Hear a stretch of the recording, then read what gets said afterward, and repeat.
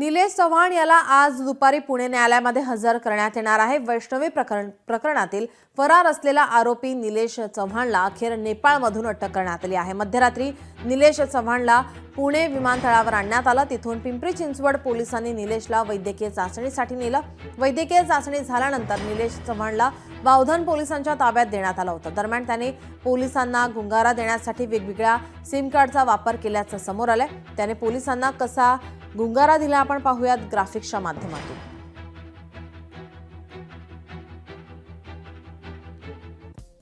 4 ते 5 मोबाईल आणि SIM card बाळगले। काही मोबाईल आणि सिम कार्ड मित्रांकडून घेतले। नेपाळमध्येही स्वतंत्र सिम कार्ड खरेदी केले। प्रत्येक वेळी मोबाईलमध्ये वेगवेगळे सिम कार्ड घालून वापर केला। संपर्क साधण्यासाठी ऑनलाईन कॉलिंगचा आधार घेतला।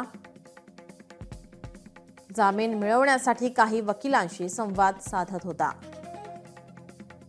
पोलीस आपल्यापर्यंत पोहोचतील म्हणून खासगी वाहनाने प्रवास केला। आपले प्रतिनिधी सुशांत डुमरे आपल्यासोबत जोडलेले आहेत। सुशांत, निलेश चव्हाणला अटक झालेली आहे, न्यायालयामध्ये आज हजर केलं जाणार आहे, काय अधिकची माहिती? नक्कीच वैष्णवी हगवणे मृत्यू प्रकरणी जो आरोपी आहे निलेश चव्हाण, त्याला पोलिसांनी काल नेपाळ या ठिकाणावरून अटक केलेली आहे आणि त्याला काल रात्री पिंपरी चिंचवड शहर पोलिसांनी विमानाने पुणे विमानतळावरती आणलं आणि त्यानंतर त्याची वैद्यकीय चाचणी केली आणि बावधन पोलिसांच्या ताब्यात त्याला देण्यात आलेलं आहे।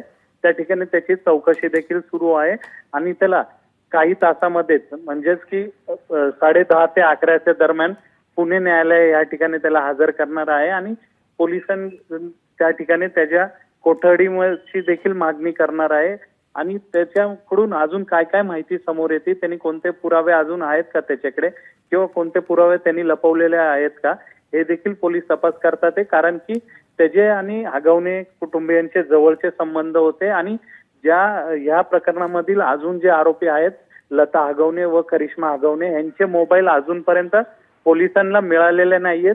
ते निलेश चव्हाणला या संदर्भात काही माहिती आहे का हे देखील तपासलं जाणार आहे आणि त्याला आता काही वेळातच पोलीस हे कोर्टामध्ये हजर करणार आहे आणि त्यानंतर अजून काय काय माहिती पुढे येते हेच पाहणं आता महत्त्वाचं ठरणार आहे। सुशांत, तुम्ही आमच्यासोबत असेच जोडलेले रहा, आणखीन एका बातमीसाठी आपल्याकडून माहिती अपेक्षित आहे।